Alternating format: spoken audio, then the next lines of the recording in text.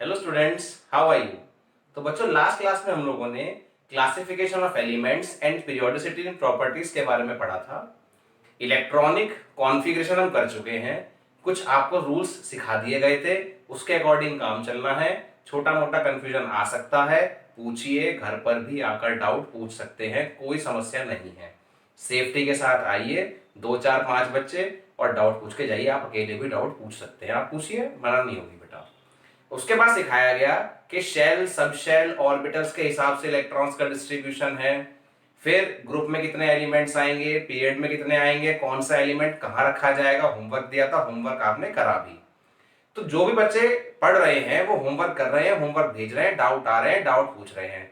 जो सीरियसली पढ़ाई नहीं करेंगे तो फिर उनको डाउट ज्यादा क्रिएट होंगे, उनको प्रॉब्लम ज्यादा है। आप रेगुलर कॉन्टिन्यूएशन में काम कीजिए। आधे घंटे के लेक्चर्स में देता हूं आपको, लिखते वक्त आपका 1 घंटा ऑटोमेटिकली हो जाता है। तो ये आपकी पूरी एक रेगुलर क्लास की तरह ही काम हो रहा है। अगर आपने सीरियसली काम करा होगा तो लगभग आपका आधा से ज्यादा रजिस्टर पहले चैप्टर में ही भर गया होगा। तो ये अपने आप ही इंडिकेट करता है कि हम लोग किस लेवल पे काम कर रहे हैं। तो अभी आप लोगों को इतना काम हो चुका है कि पीरियोडिक टेबल तक पहुंचने से पहले, जो आज की मॉडर्न पीरियोडिक टेबल है, वहां तक पहुंचने से पहले बहुत से वैज्ञानिकों ने प्रयास किए। डोबराइनर थे, मेंडलीव थे, न्यूलैंड थे, इनसे कुछ कुछ बातें हमें सही मिली। सबसे सही काम दिमित्री इवानोविच मेंडलीव ने किया था, और उसके बाद का जो मेजर काम आज एप्लीकेबल होता है वो हमारा हेनरी मोजले का काम रहता है बेटा। तो हम लोगों ने कॉन्फ़िगरेशन से ये सीख लिया कि पीरियोडिक टेबल में ग्रुप्स हैं, पीरियड्स हैं, एस है, पी है, डी है, एफ है, ये सब आपको सिखा दिया गया। कुछ एक्सेप्शंस थी वो सिखाई गई, हुंस रूल बताया गया। आज हमें सीखना है कुछ नया काम। तो जो नया काम है वो है आईयूपीएसी नेम्स या नॉमेनक्लेचर कह दीजिए of elements atomic number more than 100, atomic number more than 100, इनका एटॉमिक नंबर 100 से ज्यादा है।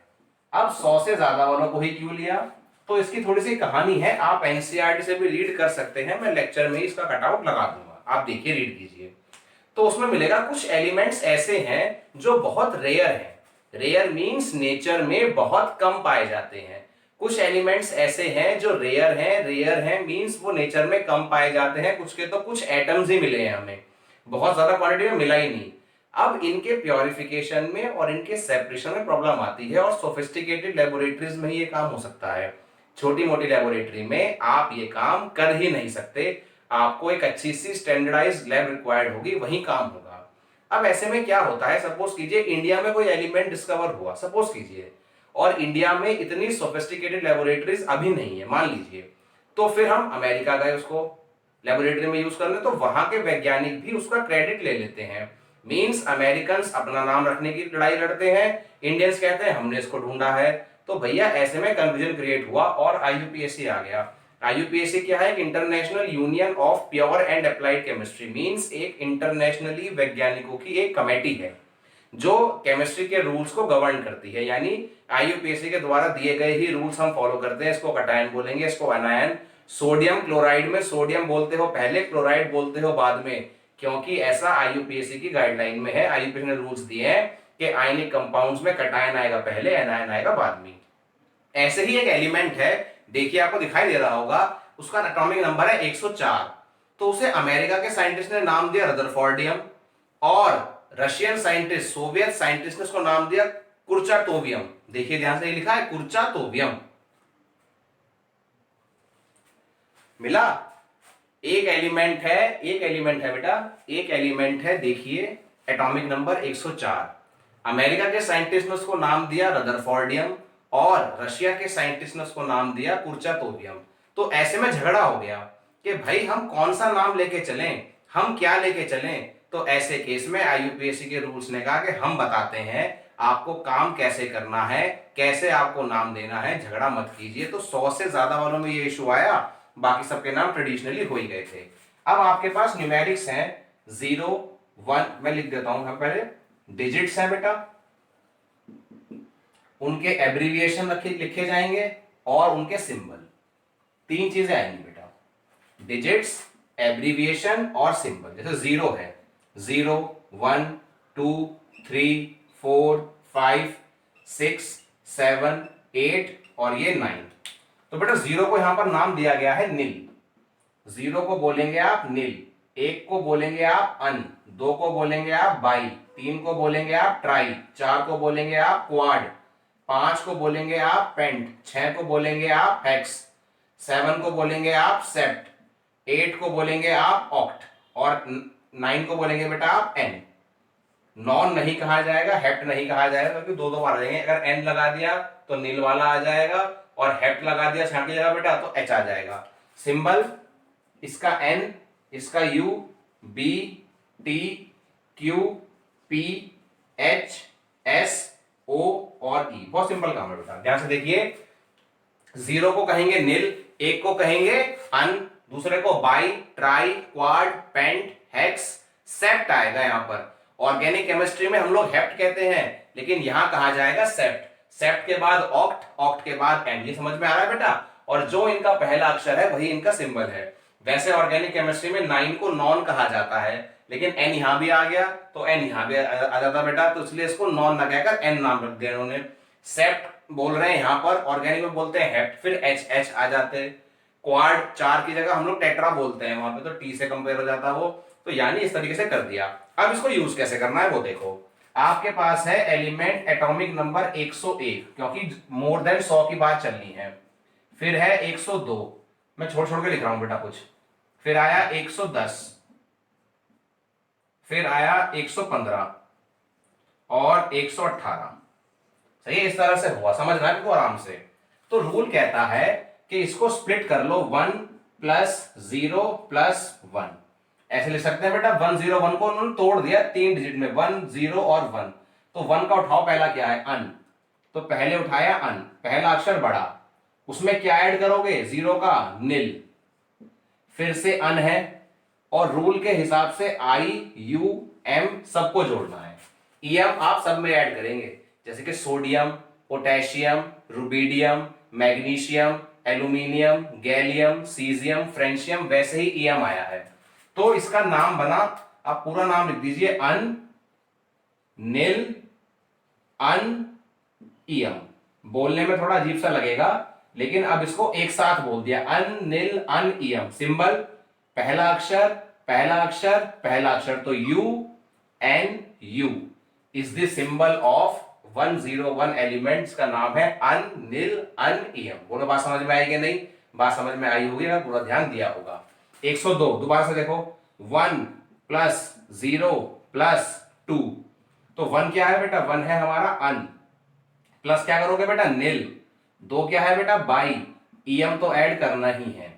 तो नाम बना मेरे भाई, तो नाम बना मेरे भाई un nil bi ium. Un nil bi ium. कई जगह होगा इसमें से एक आई छोड़ भी देंगे, तो वो आप भी कर सकते हैं, कोई दिक्कत नहीं है। अब 110 को ऐसे ही लिखते हैं डायरेक्ट, अन 1, दूसरा 1 भी अन अन अन और नील।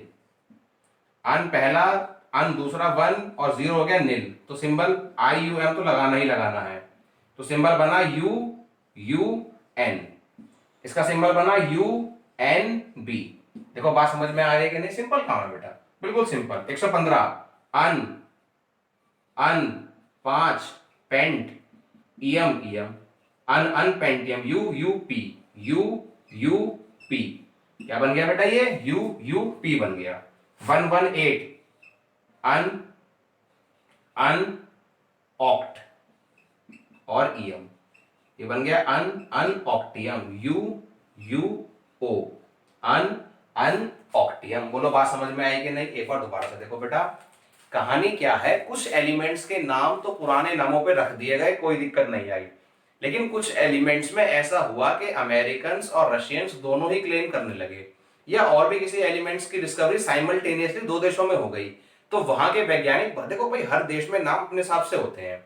इंडिया में नाम है राम श्याम, इस तरीके से नाम है बेटा, सिंपल। अमेरिका में अलग नाम है, पीटर जॉन डोनाल्ड ट्रंप, ऐसे नाम है। तो हम हर जगह का नाम करने का अलग है। अब चीन में है चिंगपिंग, अलग तरह से नाम है। जैपनीज अलग नाम होते हैं। तो यानी हर जगह के नामों में अंतर है। अब कुछ एलिमेंट साइमल्टेनियसली कई देशों में डिस्कवर हो गए, तो वैज्ञानिकों में लड़ाई हो गई कि भाई मैं अपना नाम रखूंगा, मैं अपना नाम रखूंगा। इसीलिए आईयूपीएसी जो इंटरनेशनल कमेटी है उसने कहा लड़ो मत, हम रखेंगे नाम। उन्होंने अपने हिसाब से नाम रख दिए और काम हमारा सारा यहाँ पर हो गया। ये बिल्कुल ध्यान से नोट कीजिए, इसमें फिर कुछ काम अभी और बताना है, बिल्कुल ध्यान से नोट कीजिए आप इसको। तो बच्चों वो तो आपने नोट कर लिया होगा। अब इस पर सवाल कैसे आते हैं? सवाल सिंपल आते हैं, right IUPAC name of element 110 120। इसका आईयूपीएसी नेम लिखिए विद सिंबल, वो सिंबल हमें लिखना ही होता है। तो आप लिख सकते हैं अन, जीरो मीन्स नील और ईएम, सिंबल यू एन। उसके बाद यहां पर un bi nil, un bi nil ium, un bi nil ium, U B N. हो गई कहानी खत्म। ठीक, दूसरा सवाल रिवर्स है। आपके पास है अन क्वाडियम, आपके पास एक एलिमेंट है अन क्वाडियम, आपके पास एक एलिमेंट है अन बाई पेंटियम। एलिमेंट एग्जिस्ट करता है या नहीं करता उसकी बात छोड़ दीजिए, फिलहाल तो आपको नाम दिए, आपको नाम बताने हैं। अन नील सेप्टियम, अन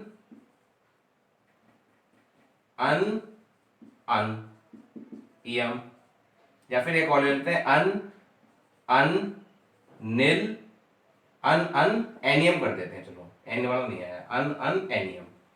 अब ये क्या है बेटा? Un quadium, un quadium 114। Un bi pentium, un bi माने क्या होता है 2, पेंटियम माने 5, अन बाई पेंटियम।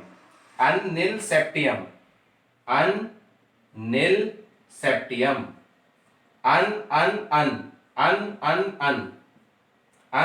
एन 119। बोलने में देखो ये फनी लगते हैं, अन कर रहे हैं हम लोग, लेकिन समझना तो है ना काम, सिंपल काम है, आसान काम है, बिल्कुल ध्यान से नोट कीजिए बेटा। कोई दिक्कत आए आप पूछ सकते हैं, बिल्कुल सिंपल काम है, इसको नोट कीजिए फिर आगे बताता हूं बेटा।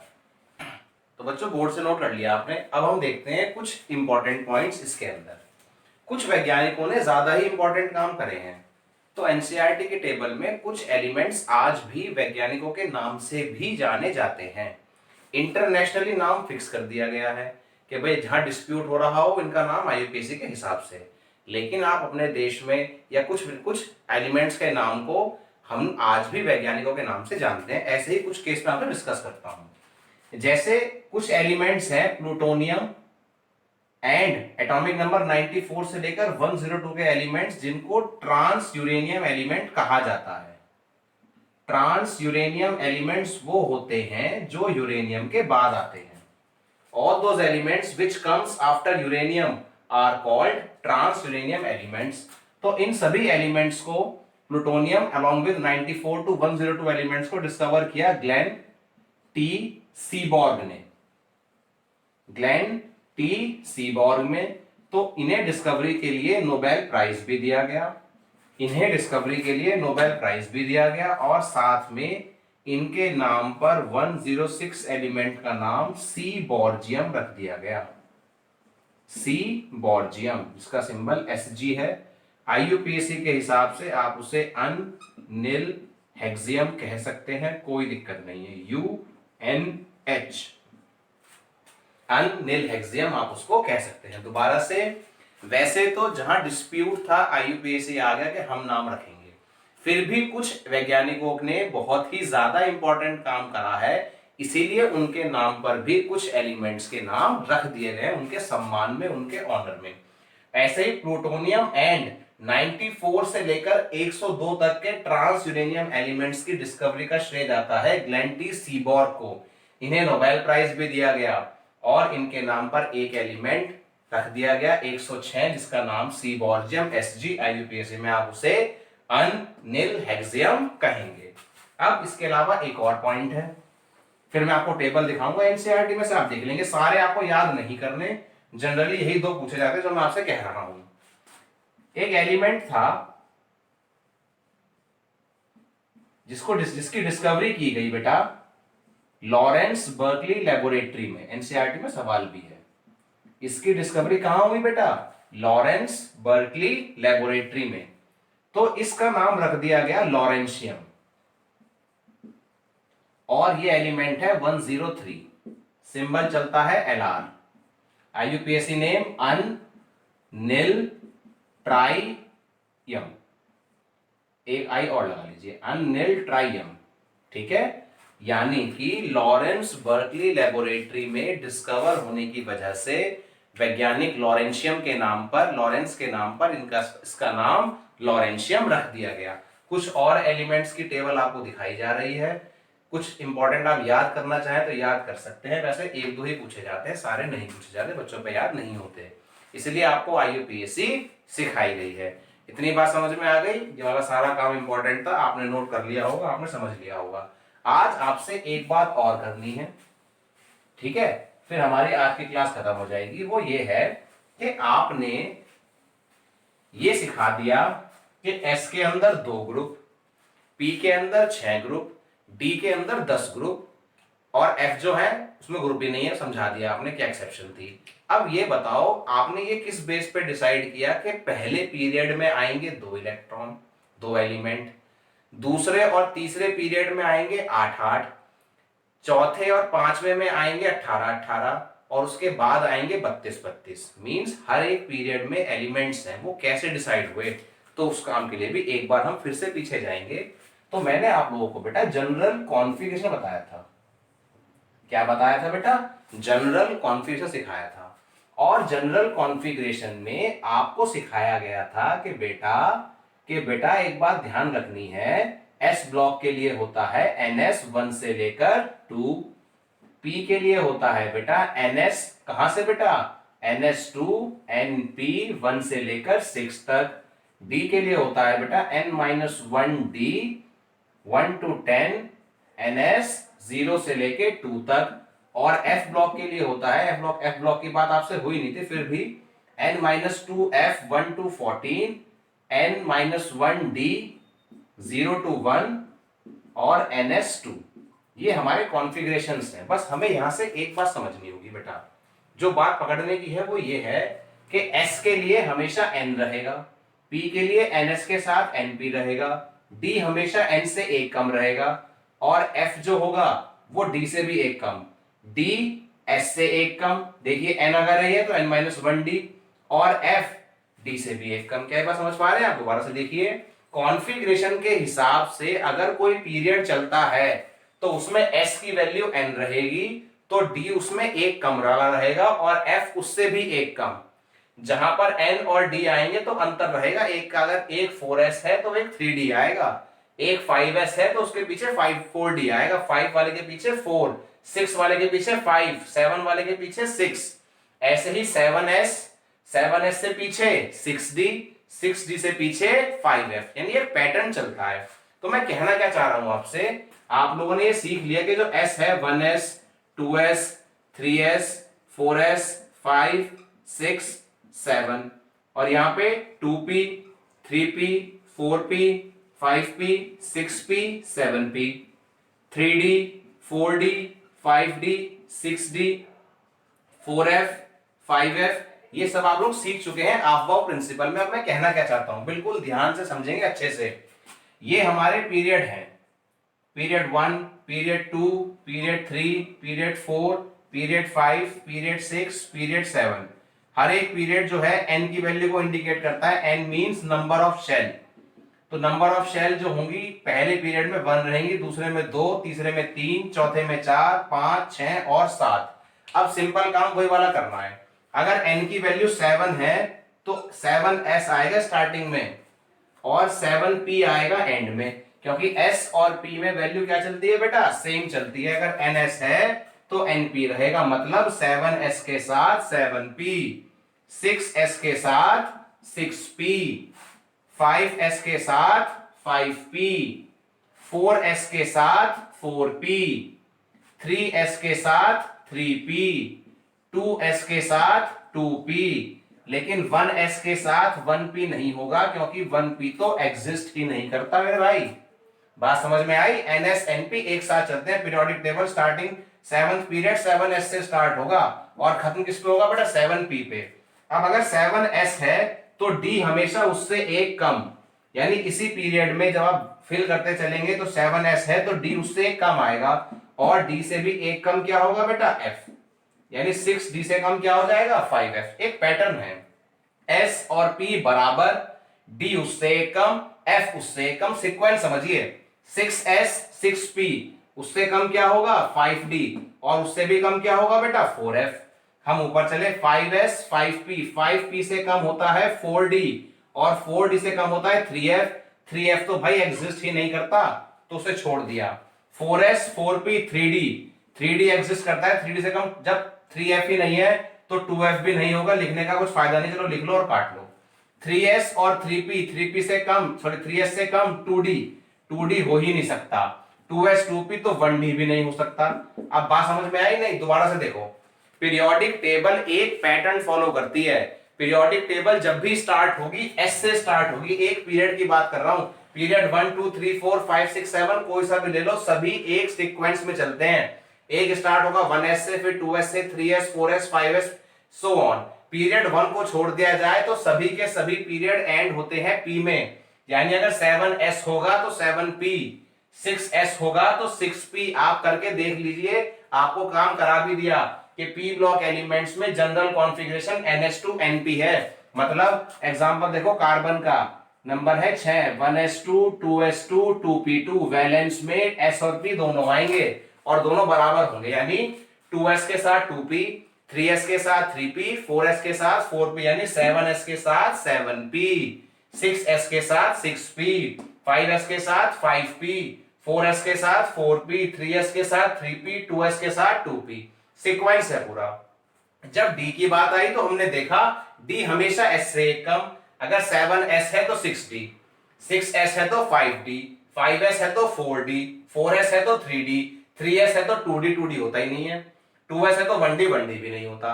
अब हमने फिर F ब्लॉक भी देखा, FD से भी एक कम, 6D है तो 5F, 5D है तो 4F, 4D है तो 3F, 3F होता ही नहीं तो सब छोड़ दिए गए।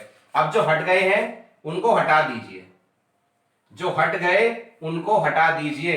अब देखो कमाल, 1s के अंदर कितने इलेक्ट्रॉन्स आएंगे? 2, इसलिए पहले पीरियड में 2 इलेक्ट्रॉन की जगह है तो इसके अंदर एलिमेंट भी 2 ही आते हैं। यानी कौन कौन से एलिमेंट? Hydrogen and helium. हर एक काम जो मॉडर्न पीरियोडिक टेबल का है वो सारा आपका मॉडर्न इलेक्ट्रॉनिक कॉन्फ़िगरेशन के हिसाब से चलता है।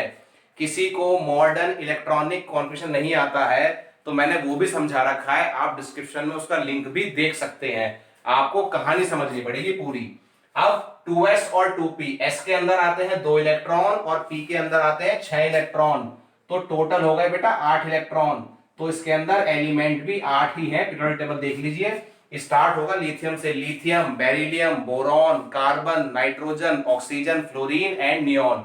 टोटल हो गए 8 एलिमेंट्स। ऐसे ही अगले में भी 3s 3p में 8 इलेक्ट्रॉन, तो एलिमेंट भी 8। यहां पर एलिमेंट आएंगे आपके, स्टार्ट होंगे सोडियम से, सोडियम, सोडियम के बाद आएगा मैग्नीशियम, फिर एल्यूमिनियम, फिर सिलिकॉन, फिर फास्फोरस, फिर सल्फर, फिर क्लोरीन, और फिर आपका आर्गन पे खत्म हो जाएगा। सेम ऐसे ही s के अंदर 2 इलेक्ट्रॉन, d के अंदर 10, p के अंदर 6। जब फोर्थ पीरियड पूरा भर जाएगा, जब फोर्थ पीरियड पूरा भरेगा तो उसमें 2 और 10 12 और 6 18 इलेक्ट्रॉन्स आएंगे, तो एलिमेंट भी 18 ही आएंगे। कौन कौन से? पोटेशियम, फिर कैल्शियम, फिर scandium, titanium, vanadium, chromium, manganese, iron, cobalt, nickel, copper, zinc, gallium and so on. ऐसे ही सीक्वेंस चलता रहेगा। यानी कि पीरियोडिक टेबल तो भाई सारी एक पैटर्न फॉलो करती है, जहां एक्सेप्शन है वहां आपको बता देते हैं। एनसीईआरटी में सवाल है, Why sixth period contains 32 elements? और स्कूलों में बहुत पूछा जाता है। आप आंसर कैसे फ्रेम करेंगे वो बता रहा हूं। Why sixth period contains 32 elements? तो आंसर है, sixth period means n is equal to 6, and when n is equal to 6, then 6p, 4f, 5d and 6p orbitals will be completely filled. दोबारा से, when n is equal to 6, then 6s, 4f, 5d and 6p subshells or orbitals will be completely filled. In total they can have 2 plus 14 16 plus 10 26 plus 6 32 electrons. इनके अंदर total 32 electron आ सकते हैं, इसलिए element भी 32 ही आएंगे। बोलो बात समझ में आई कि नहीं? कि भाई सारा का सारा काम एक पैटर्न पे चलता है और वो पैटर्न ही आपको समझाया है। क्या कि पीरियोडिक टेबल में देखिए ध्यान से, पहले मॉडर्न इलेक्ट्रॉनिक कॉन्फ़िगरेशन, अगर वो आपको आ गया तो आप सारा काम सीख पाएंगे। आज की क्लास लीजिए, कोई डाउट आए तो पूछिए, एनसीईआरटी को रीड कीजिए, जहां कोई समस्या आए आप मेरे से पूछ सकते हैं। नोट्स साथ के साथ बनाइए, लगातार पढ़ते रहिए, कहीं कोई दिक्कत आपको आने नहीं दी जाएगी। ठीक है बेटा, मिलते हैं अपनी अगली क्लास में। इसको पढ़िए, शेयर कीजिए, और कोई डाउट हो तो आप मेरे से फ्रीली पूछ सकते हैं व्हाट्सएप पर, कॉल पर भी। थैंक यू, जय हिंद।